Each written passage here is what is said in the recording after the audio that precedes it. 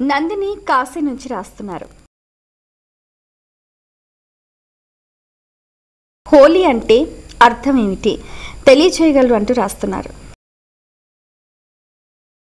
వెనకటి రోజుల్లో ఇంట్లో ఆవిడ పేరంటానికి ఎడుతూ భర్తతోటి, ఏమండి నేను పేరంటి ఆలస్యం అవుతుంది, అన్నీ ఉన్నాయి సిద్ధంగాను, ఒక్క గ్లాసుడు బియ్యం పడేస్తే పిల్లలు తింటారు, నేను వచ్చరికి 8 అవుతుందేమో అందిట. అప్పట్లో బియ్యం ఇలా వండేయడం కాదు, చెరిగి శుభ్రం చేసి వండుతుండేవారు. ఈయన వండాడు, పిల్లలు తిన్నారు, ఆనందపడ్డారు. ఇంటికి వచ్చినది భార్యని కోప్పడ్డాట, రహస్యం చెప్పకుండా వెళ్ళావని.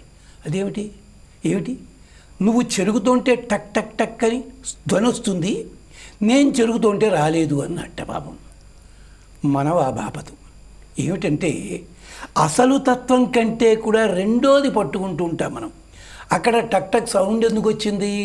చేటలో చెరిగేటప్పుడు ఆడవాళ్ళు ఈ చేత్తో ఇలా కొడతారు, అప్పుడు ఏం జరుగుతుంది? బియ్యం దగ్గర పడతాయి, ఓడ్లే ఉన్నాడు పైకి వస్తాయి.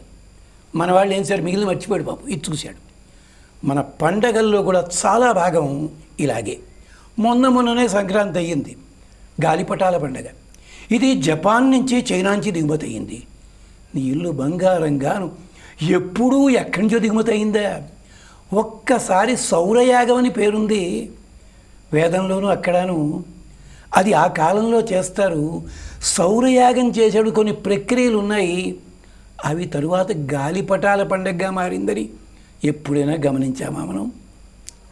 గాలిపటానికి పేరేమిటి? పతంగం అంటామే. పతంగం అంటే సూర్యుడు అని అర్థం ఉంది.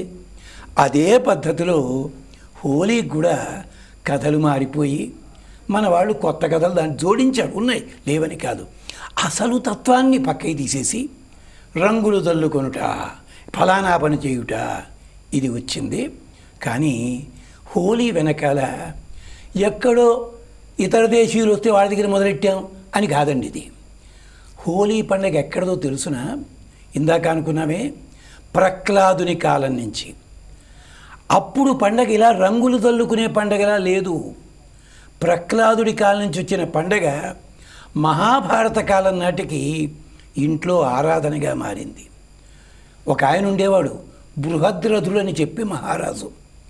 ఆయనకి సంతానం లేదు, భార్యలు ఉన్నారు, సంతానం లేదు. వాళ్ళు ఏం చేసేవారు? గోడ మీద ఒక చిత్రము చిత్రించి ఆ గోడకే దండం పెడుతూ ఆ దేవతకి పూజలు చేసేవారు.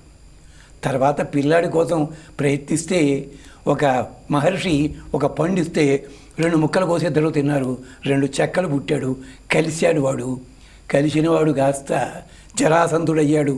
ఈ జరాసంధుడి పుట్టుకకి కారణము ఇందాక చెప్పానే, గోడ మీద దేవత అని చెప్పి, ఆవిడ ఎవరో కాదు, హోళిక. ఎప్పటావిడ? ప్రహ్లాదుడి కాలం నాటి ఆవిడ. అంతకంటే కూడా ముందు హోళికా దేవత. అందరు దేవతలతో పాటు ఈ దేవత కూడా ప్రజాపతి సృష్టించాడు. కానీ దేవత మొహం చూడడానికి ఎవళ్ళకి అభిరుచి లేదు. ఎవరైతే ఈ దేవతని శ్రద్ధగా ఆరాధన చేస్తారో వాళ్ళకి సంతానము కలుగుతుందని, కలిగిన సంతానము నిలుస్తుందని చెప్పి మహాభారతంలో సభాపర్వ ఘట్టంలో ఒక్కసారి మన రాజసూయాజ్ఞని ముందున్న ఘట్టాల్లో చదవండి, అక్కడ శ్లోకాలు ఉన్నాయి.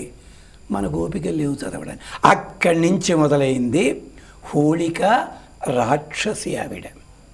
ఇది నారద పురాణంలో, ఇతర పురాణాల్లో, నిర్ణయ సింధు, తత్వసింధు ఇలాంటి వాటి గ్రంథాల్లో నియమాలు చెప్పారు.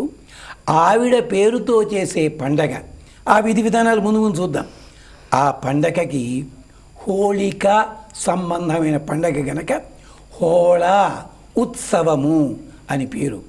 మీకు కావాలంటే తిరుప్పవే వ్యాఖ్యానంలో చోట ఆనాటి వారే హోళాన్యాయమును పాటించి మేము ఆరాధన చేస్తున్నాం అంటారు గోపికలు కూడా. చాలామందికి హోళాన్యాయం అంటే అర్థం కాక ఏదో మార్చుకున్నాం అనుకోండి, వేరే సంగతి. ఇది హోలీ పండగ అక్కడి నుంచి ప్రారంభమయ్యింది.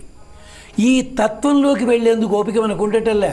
ఎంచేత మనకి ఎక్కడ చూసినా పండగ వచ్చినట్టే దాని పేర్లు మార్చుకున్నాం, సరదాగా అనుభవిస్తున్నాం. పండగ, స్వీట్లు, కొత్త బట్టలు, రంగులు పునుకోవడాలు, దాంట్లో మళ్ళీ కెమికల్స్, దాంట్లో మళ్ళీ సునేరి పెయింట్ అని ఇంకోటేదో, ఇవన్నీ కలుపుకోవడం, సంబరపడ్డం, పాటలు రాసుకోవడం. తత్వం ఏమిటి? భారతీయ సాంప్రదాయంలో ఉన్న గొప్ప తత్వం ఇది. ఎంత చిన్న విషయం తీసుకోండి, మూలము వేదంలో కనిపిస్తుంది, పురాణాల్లో కనిపిస్తుంది, శృతి గ్రంథాలకు కనిపిస్తుంది. హోళిక అన్న దేవత రాక్షస స్త్రీ ఆవిడ.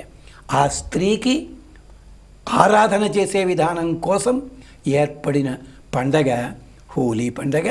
దానికి సంబంధించి శాస్త్రీయ విధానం కూడా ఉంది, కానీ మనం మర్చిపోయాం.